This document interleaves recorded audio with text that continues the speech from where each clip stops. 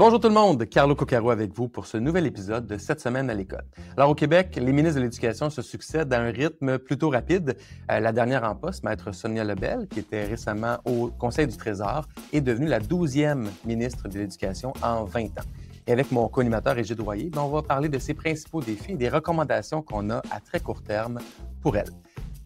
En deuxième partie d'épisode, on a notre fameuse entrevue ministre d'un jour qui fait beaucoup jaser. Et cette semaine, on reçoit l'animatrice et comédienne et autrice qui a lancé sa biographie récemment, Patricia Paquin. Donc, j'ai hâte que vous entendiez ça parce qu'elle a des belles réformes à proposer. Sans plus attendre, allons retrouver Égide maintenant pour notre tour de table.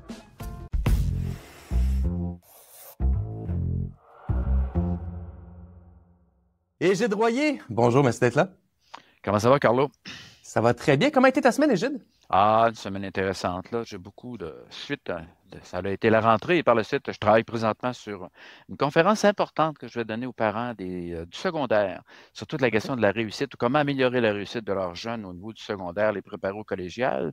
Et entre autres, je parle là-dedans de littératie financière, de santé mentale et de situation d'adaptation. L'autre élément, c'est évidemment qu'on va en parler tout à l'heure, ma 26e ministre de l'Éducation et sur lequel il va y avoir carrément un certain nombre de défis.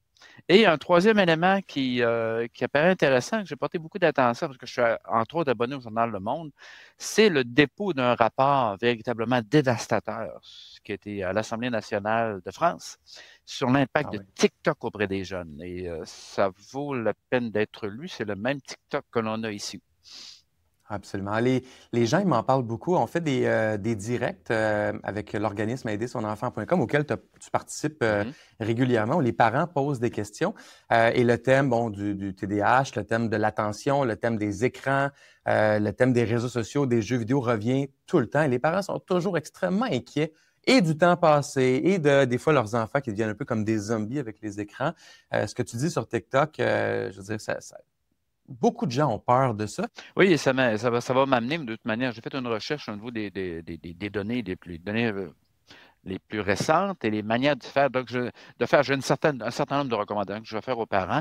Il ne faut pas avoir peur des réseaux sociaux. D'un autre côté, dépendamment de l'âge de notre jeune, 12 ans ou 17 ans, il y a une attitude différente de parents à prendre. On fait des directs ensemble cette année. On en fait 3 ou 4. J'invite les gens à aller voir les réseaux sociaux d'aidersonenfant.com. Il y a des trucs sur la persévérance qu'on fait ensemble et la réussite et la motivation. Les gens pourront venir te poser aussi des questions directement sur ces réseaux-là. Tour de table de l'actualité. Égide, qu'est-ce qui a retenu ton attention cette semaine?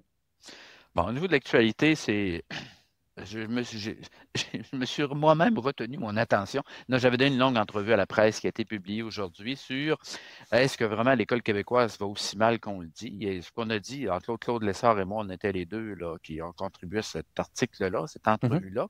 C'est que grosso modo, l'ensemble de nos jeunes vont bien. Néanmoins, on a toujours notre problème d'école à 3 vitesses et on a entre autres cette question-là. Et ça ressort bien dans l'article et ça, c'est important au Québec, la formation professionnelle en Ontario se donne après l'obtention du diplôme d'études secondaires. Et ça, c'est très bien ressorti parce que toute la question de la sous-scolarisation des garçons et de la non-diplomation, il y a un élément qui reste en ligne de compte et ce même au niveau de la compétence en lecture. Donc, il y a une différence importante entre les deux réseaux là-dessus et ça ressortait très bien dans cet article-là qui a été publié ce matin. Cet article-là, je l'ai trouvé très intéressant. Bravo d'ailleurs. Il y a du positif, puis après ça, il y a des ondes d'ombre, ou en tout cas à faire attention. Moi, je trouve que les fondamentaux au Québec sont pas très positifs. Et ça touche 2 des fondamentaux dans mes nouvelles qui ont retenu mon attention. Il y a les bâtiments, donc on dépense une fortune dans les bâtiments, puis on va le voir. La formation des adultes à l'école, qui est un enjeu. La réussite scolaire globale et la réussite des garçons aussi, qui, à mon avis, fondamentalement, on est en retard. Je suis un peu plus pessimiste que toi quand je lis l'article, mais bon. Ce qui a retenu mon attention à moi, je parlais des bâtiments tout à l'heure. Donc, il y a plein de nouvelles. J'en ai 4 à partager sur les bâtiments. Il y a à Prévost, malheureusement, une école qui a pris feu, ce qui cause des ravages dans la communauté. Puis évidemment, on manque d'écoles au Québec, il y a beaucoup d'élèves. Donc, c'est sûr que la rentrée scolaire et l'année scolaire de ces élèves-là, de ce personnel-là et de ces familles-là va être très difficile pour les 2-3 prochaines années. Ça va prendre des années à reconstruire l'école et ça va être de la relocalisation un peu comme un casse-tête là, avec les écoles de la région. Donc, on est tout cœur avec eux. Là. Déjà, de l'année scolaire, des fois, c'est long et ardu. Ça va l'être encore plus pour eux. Donc, c'est très, très dommage. En même temps, à Prévost, en janvier dernier, ils ont annoncé la construction d'une polyvalente au coût de 226 millions de dollars. Je répète, 226 millions de dollars. C'est de l'argent en tabarouette. Puis, fondamentalement, je pense qu'on n'a pas les moyens de se payer des polyvalentes à 226 millions. Pas parce que nos enfants ne le méritent pas, c'est trop d'argent. C'est trop d'argent pour toutes les polyvalentes dont on a besoin, toutes les rénovations d'écoles dont on a besoin partout au Québec.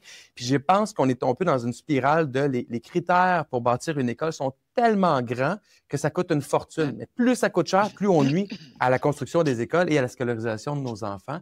Petit parallèle que je ferais, c'est un peu comme les résidences pour personnes âgées. Les critères sont tellement élevés, entre autres avec les gicleurs, qu'on voit des résidences fermées. Donc, on n'aide pas la situation des personnes âgées en faisant ça. Et si tu permets, Carlo, à côté de ça, on a tout un réseau d'écoles privées qui sont bien entretenues. Et ce qui est fascinant, c'est que quand le privé décide de bâtir un nouveau gymnase, une nouvelle patinoire, ils n'ont pas à se mettre en ligne, en file d'attente par rapport à l'ensemble des projets du Québec, là. C'est vrai. Et il y a une question d'autonomie au niveau des écoles qui rentrent en ligne de compte, du financement des emprunts, etc., qui fait que ça va beaucoup plus vite et Bien, qu'on a un réseau privé beaucoup en beaucoup meilleur état présentement. Un dossier du Devoir de Zachary Goudreau de mai dernier montrait que les écoles privées, la construction de nouvelles écoles privées coûtait jusqu'à 50 % moins cher que les écoles publiques pour plein de raisons administratives et de co-construction avec le milieu. Donc ça, c'est très, très révélateur. Ça ne peut pas continuer comme ça dans le public. Dernière chose que je mentionnais avant qu'on aille avec notre sujet du jour, il y a une nouvelle mesure, une nouvelle directive du ministère de l'Éducation de juin dernier qui dit en fait que maintenant un enseignant qui est dans le réseau, qui a un bac, mais qui n'a pas nécessairement son brevet, en fait, qui n'a pas son brevet, mais qui est en inscription d'un cours menant au brevet, devient officiellement légalement qualifié. La personne n'est pas plus qualifiée qu'elle l'était avant son inscription. Elle est juste inscrite et elle devient légalement qualifiée. Et là, il y a un reportage qui est sorti aujourd'hui à Radio-Canada qui montre en fait que ces gens-là, aussi gentils soient-ils, mais maintenant passent devant les enseignants légalement qualifiés sur certaines listes de priorité d'attribution des postes parce qu'ils ont des fois plus d'expérience dans le milieu, mais moins de qualifications. Mais le gouvernement le reconnaît maintenant qu'ils sont qualifiés. Je trouve que ça va complètement dans la mauvaise direction. Et dans les fondamentaux dont je parlais tout à l'heure, la qualité de la formation et des compétences du personnel, à mon avis, c'est fondamental pour le bien-être d'un réseau. Et là, je pense qu'on va dans la mauvaise direction avec ça. Écoute, Égide, allons tout de suite à notre sujet du jour. Quels sont les principaux défis de notre ministre de l'Éducation?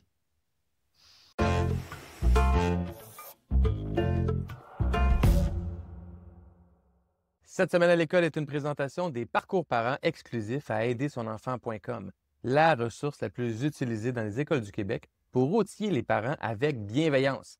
Merci d'être ambitieux et de croire à l'importance de parler d'éducation autrement. Découvrez la plateforme sur aidersonenfant.com.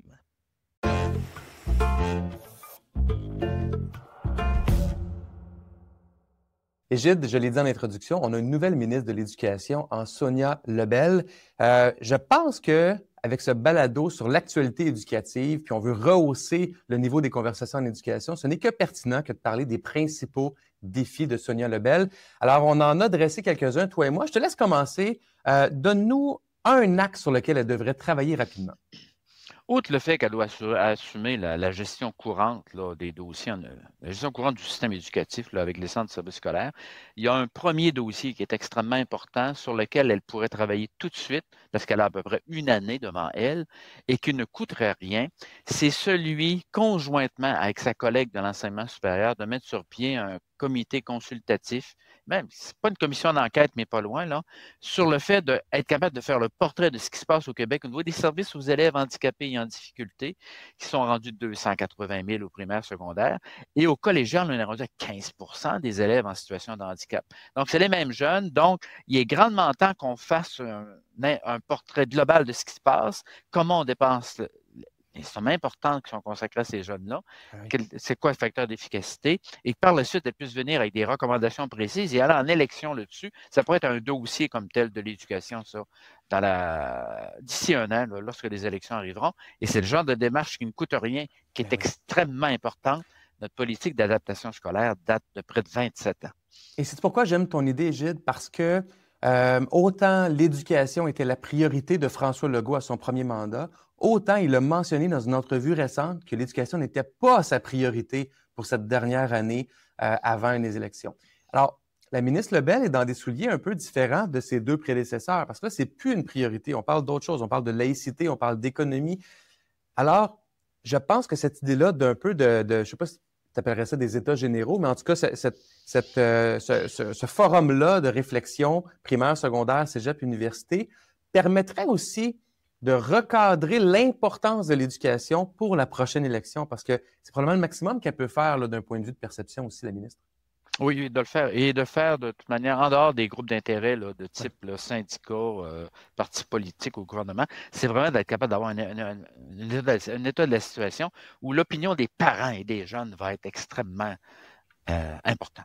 Ah ouais. On parle d'élèves en difficulté. Gilles, moi, un point d'importance capitale, à mon avis, un bon réseau de l'éducation, tout comme n'importe quelle organisation ou entreprise, pour avoir d'excellents résultats, bien, ça prend d'excellentes personnes à l'interne, des gens à leur place, compétents, qualifiés.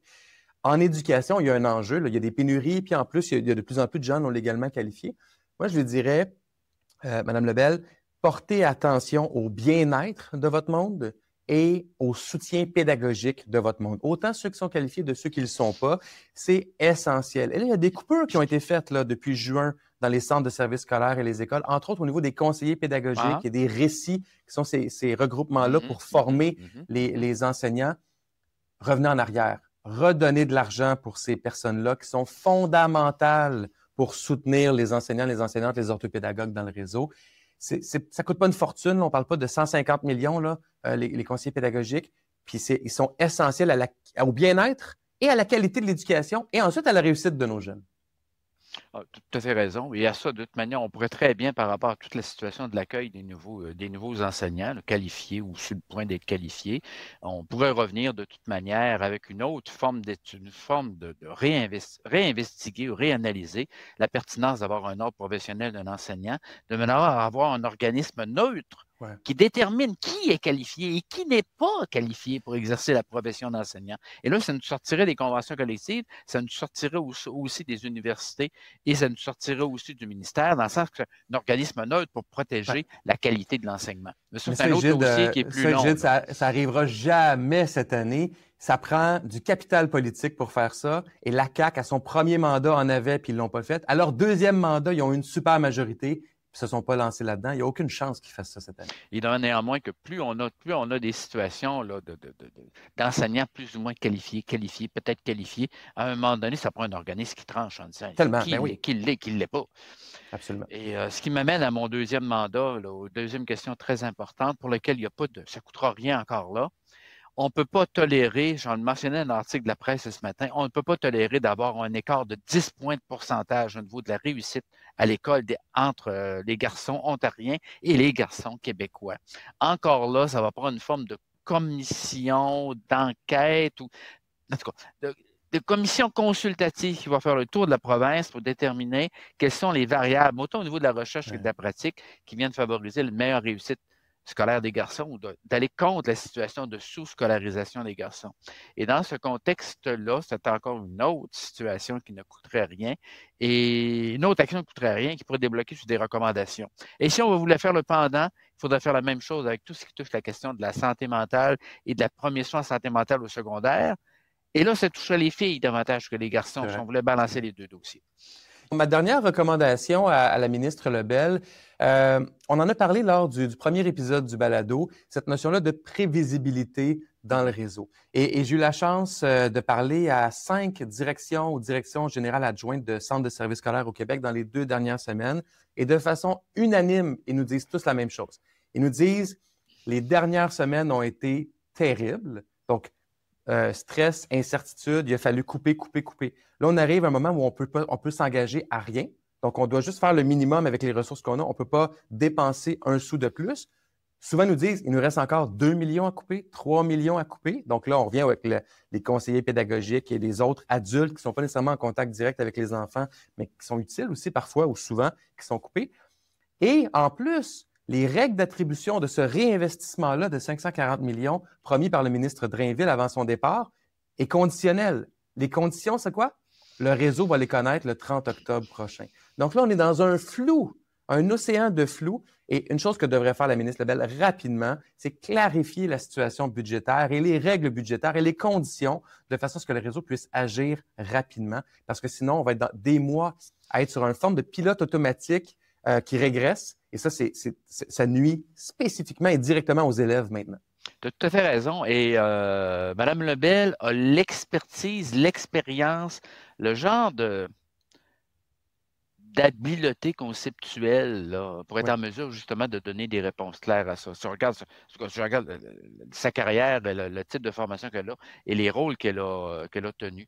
Donc, je suis tout à fait d'accord avec toi. Là, on a besoin de prévisibilité, mais quelque chose de véritablement très, très spécifique parce que c'est vraiment pas un cadeau d'être une direction d'école présente. Non, absolument. Et Gide, je trouve qu'on est allé à fond dans notre tour de table et dans les recommandations de la nouvelle ministre. Merci d'avoir été avec moi aujourd'hui encore et on se retrouve pour un prochain épisode là, dans quelques semaines. Toujours un plaisir.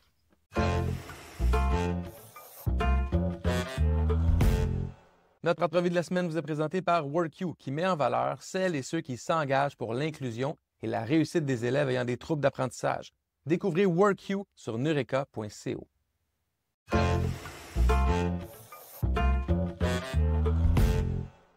Elle vient de lancer son autobiographie intitulée Coco de Coco. Notre ministre de l'Éducation d'un jour est aujourd'hui la comédienne et animatrice Patricia Paquin. Patricia, merci d'être là. Ça me fait plaisir. Je ne sais pas si je vais avoir de grandes réformes, mais on va tenter quand même d'y aller avec le cœur. Absolument. Ben, c'est tout ce qu'il faut. Hein. Je pense qu'on a tous une expérience avec l'école, on a tous un chemin de vie, puis c'est ça qu'on veut aller gratter avec toi aujourd'hui. J'ai lu ta biographie. Félicitations. C'est très, très bon. J'ai découvert plein de choses sur toi. Je ne sais pas c'est quoi, c'est 180 pages à parler de ta vie. Mais quand toi, tu as à te présenter à quelqu'un qui ne te connaît pas, comment est-ce que tu te présentes en une phrase? C'est sûr que moi, je pense toujours à la maman avant tout parce que c'est mon quotidien, c'est ma vraie vie.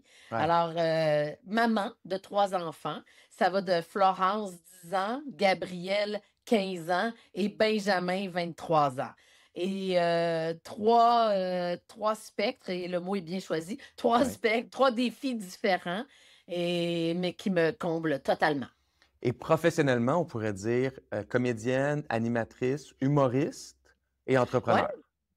Puis là, maintenant, autrice. Tout ça, ça me fait beaucoup rire parce que dans le fond, tu dis humoriste. Oui, je fais des spectacles sur scène avec mon ex. C'est un spectacle d'humour, Les Ex-Séparables. Même mon grand Benjamin vient sur scène avec nous. Mais est-ce que je suis humoriste? Non. Oui, j'ai écrit un livre. Est-ce que je suis auteur? Non. Comédienne, j'ai fait un rôle il y a 35 ans. Fait que, tu sais, moi, tout ça, je le prends, je l'entends, mais Ouais. je me considère, tu sais, si j'arrive aux douanes, si on me demande ce que je fais dans la vie, je vais dire que je suis animatrice. OK, parfait. Dans ta bio, j'ai été surpris, il n'y a quand même pas beaucoup question de l'école. On voit que l'école était un peu, évidemment, c'est Un peut-être la langue passage que tu as pris. obligé? Oui, un passage obligé, puis tu avais des occupations professionnelles très jeunes Oui, dans ta vie. Quel genre oui. d'élève étais-tu? Puis c'est quoi la relation que tu avais avec l'école? Donc, j'aimais pas l'école, mais je m'en accommodais dans le sens où je savais que j'allais faire mes études. Puis moi, dans ma tête, je me rendais jusqu'au collégial, OK. cégep. Puis malgré tout, finalement, je m'étais inscrite à l'université en communication que finalement, j'y suis jamais allée parce que j'ai commencé à travailler dans Chambre en ville en me disant: «Je vais y aller plus tard», mais Ouais. finalement, Chambre en ville, tout tout a déboulé. J'ai jamais arrêté, professionnellement. Mais donc à l'école, j'aimais pas tant ça, mais j'y allais, tu sais, j'en faisais pas de cas. Pas super bonne, mais pas mauvaise non plus. OK. Je te dirais que le français, les cours, tout ce qui est pas tout ce qui était pas, sciences, mathématiques, je m'en sortais bien là, oui. OK. Est-ce que ça fait de toi une bonne joueuse au tricheur quand il y a des questions mathématiques? Non. Non. Mon Moses! Mais en plus, si tu mêles le fait qu'en plus, au tricheur, il faut aller vite, puis sous le stress, tout ça, non, Ouais. non, non, je suis horrible. Horrible, horrible, horrible. C'est bon. Allons-y, ministre de l'Éducation, Patricia Paquin. Oui. Vous avez été nommée par le premier ministre hier soir. Vous arrivez au bureau, votre équipe est là et vous attend. Les médias sont de l'autre bord de la porte. Quelle est votre première réforme ou votre première grande décision? OK, là, j'ai pas à gérer des autobus qui ont pris en feu. Non, on est plus dans OK, de parfait. l'ambition, là. OK, parfait, on y va du contenu. Ouais. J'ai trouvé l'école difficile parce que, entre autres, j'haïs ça être assise sur une chaise. OK. Je me lève dans les meetings, je me lève, je bouge, je fais je fais des exercices. Puis de faire vivre ça à des enfants qui sont déjà en plein développement, qui ont besoin de bouger, je trouve ça aberrant. Fait que moi, j'aime bien le concept de la classe multifonctionnelle où il y a des tapis pour aller lire, où il y a des chaises ballons qui permettent de bouger. Encore mieux si tu as des vélos qui te permettent aussi de faire une activité pendant que tu fais autre chose. Je sais que tout ça coûte cher, mais je trouve ça aberrant qu'on laisse nos enfants assis sur des Ouais. chaises toute une journée. Fait que moi, j'essaierais de trouver des solutions pour ça. Tu as raison que c'est beaucoup demandé, je pense, à des jeunes de 6 ans, 7 ans, 8 ans, Les d'être garçons, assis. peut-être pire que les filles. Est-ce que toi, tu as vu une différence avec tes enfants? Évidemment, c'est des anecdotes là, quand on prend des cas isolés Moi, comme ça, mais ouais. la petite école de quartier où on habitait avant, à Saint-Jean-Baptiste, mes enfants, Gabriel, entre autres, a été dans une classe double. Donc, Les classiques? il y avait 4 et 5 Oui, OK. en même temps, où ça, c'était Florence, puis l'autre, c'était 5 et 6. Peu importe, on a compris le concept. Et ils avaient accès à ça. Il y avait même des poules dans la classe, des lapins. Donc, il y avait quelque chose de plus lumineux, ludique. Tu sais, une classe, ça peut être austère longtemps. Fait que l'environnement Ouais. de travail est important. Puis, tu sais, ça se peut aussi que notre enfant, il ait faim, il ait le goût de manger une barre tendre, il ait le goût. Écoute, on est au travail, nous, puis on se lève, on va chercher un café, on a une petite conversation à la cafetière, on revient, on peut prendre une banane dans notre sac, on a le droit de la manger. Puis ça fait pas de nous des gens dysfonctionnels, au contraire, Ouais. on est là, on est apte au travail. Fait que de demander ça à nos enfants, je sais, là, ils ont des récréations, ils ont une bonne heure de dîner, mais quand même, je pense qu'on pourrait leur offrir plus. Florence, qui est ma fille de 10 ans, c'est ça, je l'ai dit tantôt, Florence est dans une classe, dans une école où ils offrent aussi des classes vertes, fait qu'ils sortent Ah, dehors au moins 2 fois par semaine, ah, minimum. wow. Ça, c'est outre les cours d'éducation physique, puis, mais tu sais, ils vont dehors, puis ce que nous disait le professeur au début de l'année, c'est évidemment orage, tempête, grand froid extrême. On n'est pas des caves, on va les garder à l'intérieur. Ouais. Mais sinon, même si c'est un peu de pluie, même si c'est pas la température idéale, pourquoi pas? Puis moi, Ouais. je trouve que c'est une excellente idée. Dans ta biographie, j'ai compris que tu avais découvert les joies du plein air et de la chasse et pêche aussi grâce à ton mari. Est-ce que ça revient à cette idée-là de la nature? Est-ce qu'on peut avoir ce qu'on appelle des classes flexibles? Donc, ce que tu mentionnais, là, Mhm. tu sais, des ballons, Oui, des sofas, des tables voilà. pour l'intérieur. Est-ce que d'aller à l'extérieur de façon plus systématique et pas dans la même veine qui permet aussi de reconnecter avec la nature et, je pense, la vraie vie, hein? Tu sais, la vraie vie, justement, La vraie vie, c'est pas d'être assis devant un t'apprends pupitre, là. autrement, t'apprends différemment. Oui, t'es peut-être assis sur une souche, Ouais. mais puis les exemples aussi peuvent venir il y a moyen de faire des mathématiques à l'extérieur avec compter des arbres ou, tu sais, il suffit d'être un peu imaginatif. Puis je pense que nos enfants, ils accrochent à ça, tu sais. Absolument. Absolument. Est-ce qu'il y a d'autres réformes ou d'autres décisions que tu aimerais mettre en place comme ministre de l'Éducation d'un jour? Bon, alors là, ce serait vraiment ma principale. Puis, comme ma sœur Dominique est professeure en maternelle, donc OK. petite enfance, là, puis il manque un petit peu de soutien. Parce que quand elle a un groupe d'une vingtaine, là, plus d'enfants, puis que, tu sais, ils sont tous à l'apprentissage, là, ils viennent d'entrer à l'école. Donc, on peut parler des fois des petits, justement, la propreté, apprendre justement toutes les consignes, faire sa boucle de Ouais. chaussures. Tu sais, tout ça, ça demande plus de temps. Puis, il y a des enfants qui ont des besoins particuliers aussi. Donc, un professeur tout seul ne peut pas y arriver. Alors, les gens qui viennent en support sont primordiales. Puis ça fait juste que l'attention du professeur peut aller, oui, avec le jeune qui a besoin d'aide, mais aussi pas pénaliser tous les autres. Ouais. Tu sais. Oui, puis ça évite que les enseignants aussi, tu sais, cette surstimulation-là ou cette surdemande-là envers les enseignants, enseignantes, entre autres en maternelle, ça fait qu'on est souvent tu sais, dans l'échelle d'intensité à 9-10, mais d'avoir un autre adulte qualifié en classe qui peut répondre à certaines Mhm. demandes, ça abaisse le niveau, puis ça rend probablement ces gens-là encore plus, au-delà de l'attention, encore plus aptes à être toutes là pour les enfants qui ont des petits ou des Tout grands à besoins, fait. ou tous les enfants de la Tout à classe. fait. Alors, fait que là, je prêcherais pour ma sœur. OK, Mouche. c'est bon. Elle va être contente de t'entendre. Parfait. Euh, Toi qui observes la jeunesse à travers tes enfants puis à travers tes occupations personnelles et professionnelles, comment tu la trouves, notre jeunesse? Quelles sont leurs grandes forces, peut-être, que la jeunesse d'aujourd'hui a, que nous autres, on n'avait pas là, il y a 20-30 ans? Ben, ça ne doit pas être si différent que ça. Juste ce week-end, mon fils a eu 15 ans et il nous a demandé de faire un party à la maison. OK. Euh, alors, une trentaine de jeunes qui font la fête, des gars, des filles. Bon, là, 15 ans, là aussi, on est dans la découverte. Tu comprends ce que je veux dire, là? C'était le party. On est dans les premières expériences, OK? Puis là, je les regardais, tu sais, fêter, puis je me revoyais aussi, tu sais, là, les filles sont là, les gars savent pas comment réagir, ils sont bien Ouais. moins caves d'ailleurs quand il y a des filles, ils sont Oui, c'est ça. suivis avec amour, là. Mais parce que là, ils se tiennent un petit peu plus.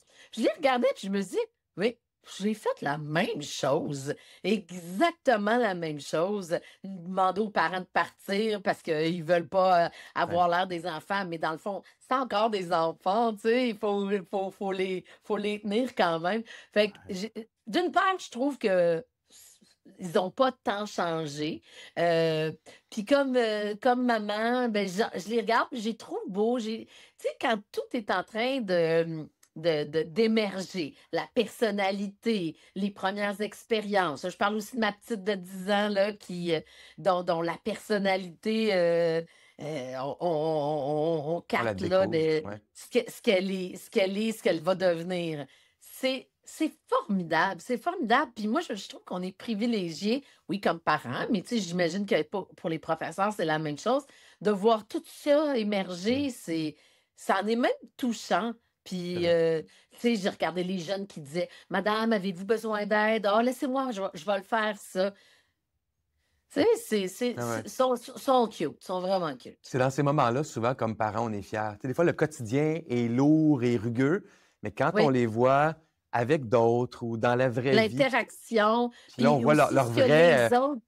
Ouais, Oui, vas-y. c'est ça. Puis ce que les autres ont à dire de nos enfants. Mon Ouais. Gabriel a commencé à travailler, des job-ins, puis tout ça. Puis quand les autres te disent, hey, il est vite, il comprend tout, tu sais, tu fais comme, ah, OK. Fait que finalement, ce que je dis, il est Oui, mis en application, tu sais. Voilà. on Puis a fait quelque chose de l'humour. bien.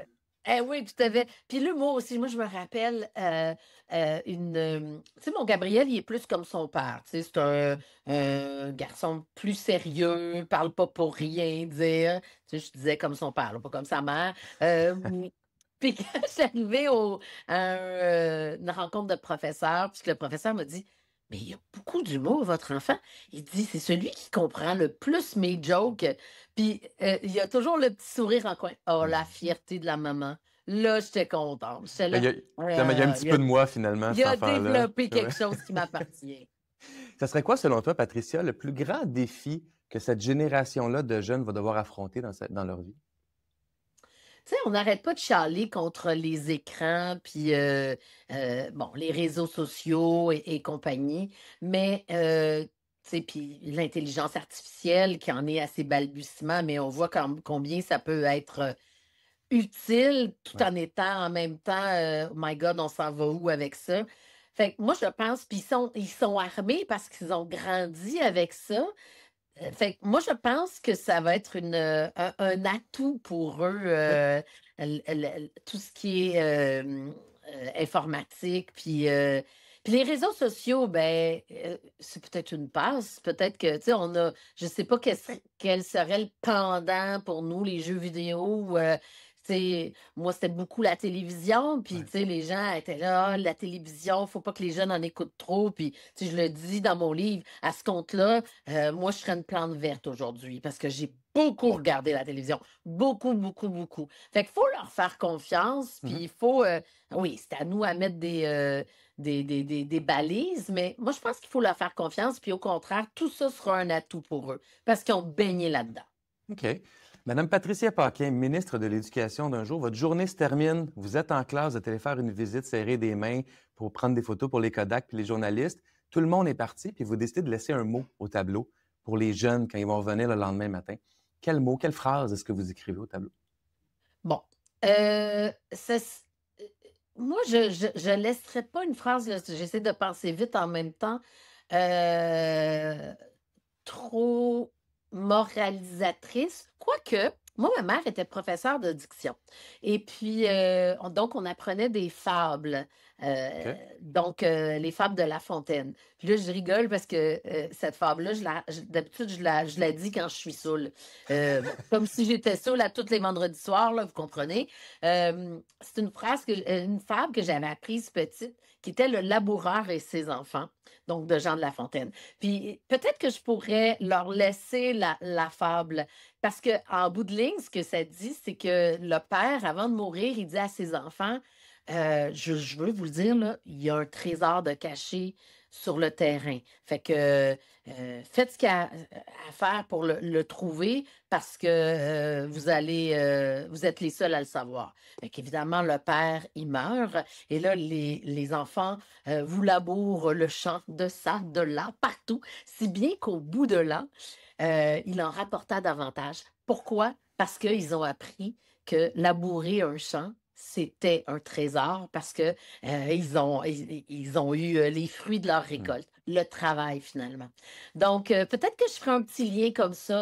OK. Le travail, quand on se donne vraiment la peine, quand on travaille fort pour quelque chose, premièrement, il y a la fierté. Tu sais, quand on remet notre devoir puis qu'on l'a bien fait, qu'on ne l'a pas botché à la dernière minute parce qu'on dit allez, je vais mettre mon devoir demain matin.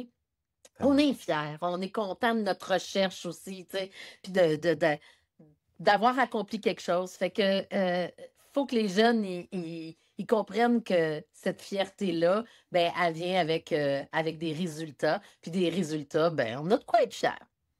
Patricia Paquin, ministre de l'Éducation d'un jour, merci beaucoup. Ça me fait plaisir.